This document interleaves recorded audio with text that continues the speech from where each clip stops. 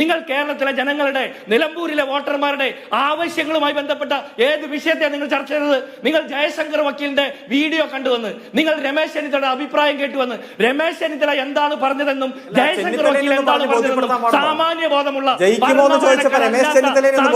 മനസ്സിലായിട്ടുണ്ട്. കേരളത്തിൽ 23-ാം തീയതി വോട്ടെണ്ണി കഴിയുമ്പോൾ കേരളത്തിന്റെ പിടിച്ചുകൊണ്ട് അത് പിണറായി വിജയന്റെ 9 വർഷത്തെ ജനദ്രോഹ സർക്കാരിനെതിരായിട്ടുള്ള നിലമ്പൂരിലെ ജനങ്ങളുടെ കരണത്തുള്ള ആഞ്ഞാടിയുള്ള അടിയാണ്. പിണറായി വിജയന്റെ കരണത്തുള്ള അടി. സംബന്ധം പറയരുത്. ഒരു ജയശങ്കർ താങ്കളുടെ അവസരത്തിൽ തിരുത്തി പറഞ്ഞു. ഞാൻ പറയുന്നത് തെറ്റാണ്, താങ്കൾ തിരുത്തിക്കോ. ഈ ജയശങ്കർ വക്കീൽ തൃപ്പൂണിത്തുറയിൽ എം സ്വരാജ് നടത്തിയ വികസന പ്രവർത്തനത്തെ കുറിച്ച് പറഞ്ഞു. ഏത് വികസനം? കേരളത്തിൽ പിണറായി വിജയന് തുടർഭരണം കിട്ടുന്ന 99 സീറ്റിൽ ജയിക്കുമ്പോൾ പോലും തൃപ്പൂണിത്തുറയിൽ സിറ്റിംഗ് സീറ്റിൽ തോറ്റ എം സ്വരാജാണ് അത്ര മികച്ച സ്ഥാനാർത്ഥി. ജയശങ്കർ വക്കീലിന്റെ വീഡിയോ ഞാനും കണ്ടതാണ്. നിങ്ങൾ അത് കൃത്യമായിട്ടൊന്ന് കേട്ടാ മതി. അരുൺകുമാർ ഒന്ന് നിർത്ത്. ഞാൻ പറഞ്ഞത് തെറ്റാണെങ്കിൽ താങ്കളുടെ അവസരത്തിൽ തിരുത്തു. ഒരു മിനിമം മര്യാദ കാണിക്കൂ. ഈ ചർച്ച കാണുന്ന താങ്കളുടെ പാർട്ടിക്കാർക്കെങ്കിലും താങ്കൾ പറയുന്നത് ശരിയാണെന്ന് തോന്നണ്ടേ? ഒരു മിനിമം മര്യാദ കാണിച്ചോ. അല്പനേരം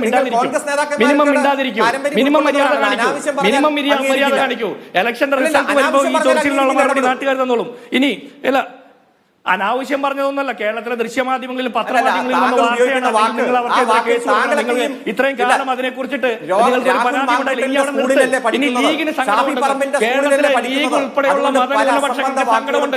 ഞങ്ങൾ നരേന്ദ്രമോദി സർക്കാരിന്റെ യൂണിഫോം സിവിൽ കോഡിനെതിരെ, വഖഫ് അമെൻഡ്മെന്റിനെതിരെ, അല്ലെങ്കിൽ പലസ്തീൻ വിഷയത്തിൽ ഇസ്രായേലിനെതിരെ ഒക്കെ ഞങ്ങൾ സമരം ചെയ്യുമ്പോൾ, നരേന്ദ്രമോദിക്കെതിരെ മുദ്രാവാക്യം വിളിക്കുമ്പോൾ, കേരളത്തിലെ പിണറായി വിജയന്റെ സർക്കാരിന് അത് കലാപാഹനമായിട്ട് തോന്നുമ്പോൾ ആ സമയത്തൊക്കെ മിണ്ടാതിരുന്ന ആ പരന്ന വായനക്കാരനോട് ലീഗ് ഉൾപ്പെടെയുള്ള കേരളത്തിലെ മതന്യൂനപക്ഷങ്ങളിൽ വിഭാഗത്തിൽ പെടുന്ന മുഴുവൻ മനുഷ്യർക്കും പ്രതിഷേധമുണ്ട്. ആ പ്രതിഷേധം വോട്ടായി രേഖപ്പെടുത്താൻ പോകും. ഇനി ഹിന്ദു മഹാസഭയുടെ പിന്തുണ വാങ്ങിയിട്ട് ഡൽഹിയിലെ ജുമാ മസ്ജിദ് പൊളിച്ചു മാറ്റണമെന്ന് കോടതിയിൽ പോയി ഹർജി കൊടുത്ത ഹിന്ദു മഹാസഭയുടെ പിന്തുണ വാങ്ങിയ LDFന്റെ സ്ഥാനാർത്ഥിയെ കുറിച്ചിട്ട് കേരളത്തിലെ മതന്യൂനപക്ഷങ്ങൾക്ക് എതിർപ്പുണ്ട്. മാത്രമല്ല, ഹിന്ദു രാഷ്ട്ര നിർമ്മിതിയെ കുറിച്ചിട്ട് നിരന്തരം പറയുന്ന RSSനെതിരെ ഈ തെരഞ്ഞെടുപ്പ് വേളയിൽ ഒരിക്കലെങ്കിലും CPMന്റെ സംസ്ഥാന സെക്രട്ടറിയോ പിണറായി വിജയനോ സംസാരിച്ചിട്ടുണ്ടോ?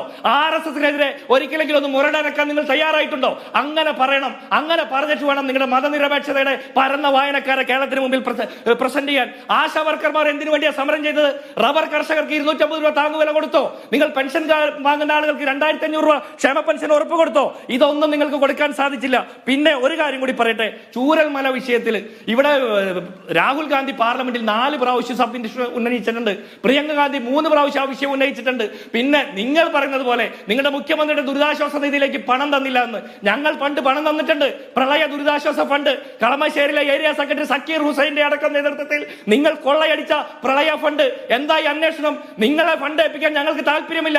750 കോടി രൂപ മുഖ്യമന്ത്രിയുടെ ദുരിതാശ്വാസ നിധിയിൽ കിട്ടിയിട്ട് എത്ര രൂപ നിങ്ങൾ ചെലവഴിച്ചു? 15 കോടി രൂപ എടുത്ത് കേരളത്തിന്റെ ഹൈവേയുടെ ഓരങ്ങളിൽ മുഖ്യമന്ത്രിയുടെ മുഖം അച്ചടിച്ചു വെച്ചില്ലേ നിങ്ങൾ? 200 കോടി രൂപയ്ക്ക് 4ാം വാർഷികം ആഘോഷിച്ചില്ലേ? ചൂരൽമലയിലെ മനുഷ്യർക്ക് നിങ്ങൾ വാടക കൊടുത്തോ? അവരുടെ കിടക്കുന്ന വാടക കെട്ടിടത്തിന്റെ വാടക കൊടുക്കാൻ നിങ്ങൾക്ക് സാധിച്ചോ? അത് പറ്റാത്ത സർക്കാരിന്റെ പ്രതിനിധി ഈ അനാവശ്യമായിട്ടുള്ള ചർച്ചകൾ നടത്താൻ പാടില്ല.